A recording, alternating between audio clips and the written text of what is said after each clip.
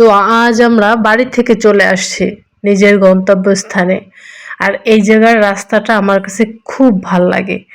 রাস্তাটা অনেক লোকজন যখন কম থাকে তখন এত সুন্দর একটা ভিউ হয়, মানে অসাধারণ, কি আর বলবো, এত সুন্দর।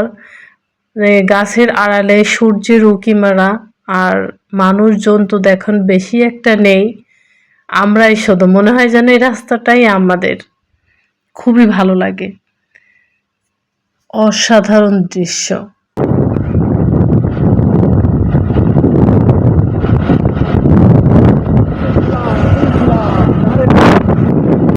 তো অবশেষে আমরা কিন্তু খেয়াঘাট পৌঁছে গেছি। একটুর জন্য আর একটু দেরি করলেই খেওয়াটা পেতাম না, আধা ঘন্টা 1 ঘন্টা বসে থাকা লাগতো। কিন্তু এই অপেক্ষাটা অনেক কষ্টের। কিছু মানুষ দেখি নদীতে গোসল করতে আসছে, এর মধ্যে আসার সাথে সাথে কিন্তু ট্রলারটা ছেড়ে দিছে।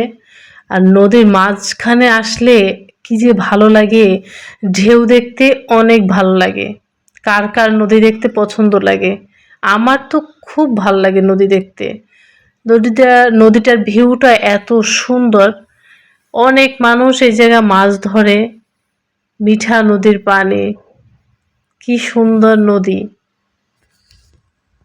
অপরূপ দৃশ্য। যখন ঢেউ ঢেউ পানিগুলো ছলছল করে তখন তাকিয়ে থাকি, এত সুন্দর দৃশ্য, এত সুন্দর অপরূপ দৃশ্য। নদীর চারদিকটা দেখলে মন ভরে যায়। আর দূরে দেখছি ট্রলারটা কেবল ছাড়ছে, ওপারের ট্রলার যেই ছাড়ে আর এপারের ট্রলারও সেই একই সময় ছাড়ে। আর দূরে মানুষ মাছ ধরছে, কত মানুষ এই নদীতে বসবাস করে। ওই যে ট্রলার ছেড়ে দিছে, একদম সামনাসামনি আমরা চলে আসছি, একটা যাচ্ছে আর একটা আসছে। এপার ওপার দুটো ট্রলার, একটা ছাড়লে আর একটা ছাড়ে। তো অনেক সুন্দর না ভিউটা? অসাধারণ ভিউ।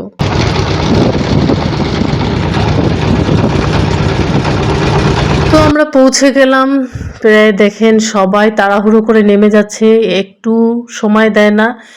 মানে ট্রলারটাতে একটু যে বাঁধবে রশি দিয়ে সেই সময় দেয় না, তারা মানে তাড়াতাড়ি চলে যায়, ব্যস্ত খুবই মানুষ। এত সুন্দর ঢেউ, দেখেন পানিগুলো কত ঢেউ দোল খাচ্ছে মনে হয় যেন।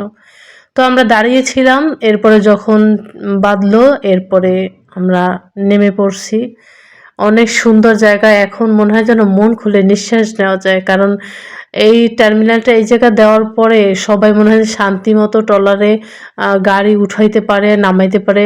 রায়ান তো সে আস্তে আস্তে হাঁটতেছে, মানে এক পরিবেশটাই অন্যরকম হয়ে গেছে। আগে যে কি কষ্ট ছিল ওই জায়গায় নামতে, অনেক কষ্ট ছিল।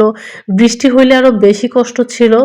আর যখন ভাটি লাগতো তখন বাইকটা উঠাইতে নামাইতে সবারই কষ্ট হতো। দেখেন কত কি কষ্টের কর জায়গাটা।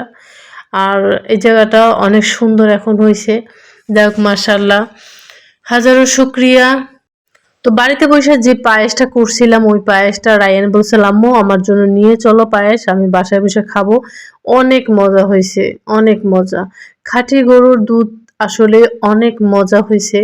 ওর দাদা সকাল সকাল দুধ নিয়ে আসছিল, এরপর পায়েস করছিলাম। ওর দাদা মনে হয় অনেক খাইছে, বলে বউ অনেক মজা হয়েছে। আর ছেলেও, আমার ছেলেও বলছে যে, রায়ান বলে যে না মা অনেক টেস্ট হয়েছে। তো রায়ানের বাবা মুড়ি দিয়ে খাইতে পছন্দ করে। রায়ান আসার সাথে সাথেই বলে যে আমার একটু দিয়ে না, আমি আগে খাইয়ে নেই। অবশ্য দুপুর বেলা আসছি তো ক্ষুধা লাগছে, তাই পায়েসটাও খাইয়ে নিয়েছে। এরপর আমি ডিম ভুনা করছি আর ভাত রান্না করছিলাম, সেই ডিম ভুনা দিয়ে ভাতটা খেয়ে নিয়েছি সবাই। এই তো দুপুরের খাবার খাওয়া দাওয়া শেষ করলাম ডিম ভুনা দিয়ে। ডিমটা ভুনা করছিলাম মধুকুশি, মধু ওটাকে বলে, ধুন্দুল বলে, অনেকে কে কি নামে চেনে সেটা তো জানি না। সন্ধ্যার পরে রায়ান বলল কি মা, যে পায়েসটা ছিল সেই পায়েসটা দিয়ে তুমি পাটিসাপটা পিঠা করো। তো পাটিসাপটা পিঠাটা এই পায়েস দিয়ে করলে রায়ানের খুব খেতে অনেক মজা লাগে। রায়ান অনেক পছন্দ করে, যেহেতু মিষ্টি সে তো একটু পছন্দ করবেই, আর একটু তেলে ভাজা দারুণ লাগে। রায়ান বলছে যে মা অনেক মজা হয়েছে। তো একটু পায়েস ছিল, রায়ান খাচ্ছে আর বলছে মা অসাধারণ, দারুণ হয়েছে। অনেকদিন পরে পায়েস এই পিঠাটা করছো। তো রায়ানের খুব ফেভারিট খাবার এটা। মানে ফেভারিট বলতে কি, রায়ানের সবগুলোই বলতে গেলে ফেভারিট ফেভারিট, মানে একটা আনকমন বলতে কিছুই নাই। যেটাই ওর মুখে স্বাদ লাগে সেটাই ওর কাছে ফেভারিট। তো এটা তো বানাতে খুবই সহজ। চাপটির মতো করে আমি আটা দিয়ে করছি, অনেকে চালের গুঁড়ো দিয়ে করে। তো আমার চালের গুঁড়া নাই বিধায় আমি একটু আটা দিয়ে করে নিছি। আটা দিয়ে কিন্তু একটু মজাই লাগে, খাইতে আলাদা টেস্ট লাগে। একটু নরম, নরম লাগে। আর চালের গুঁড়ো করলে তো একটু অন্যরকম লাগে। তো এটাও খারাপ লাগে না। আমার কাছে এটাই বেস্ট লাগে। রায়হানের কাছে বলে রায়হানের নাকি এটা অনেক মজা হয়।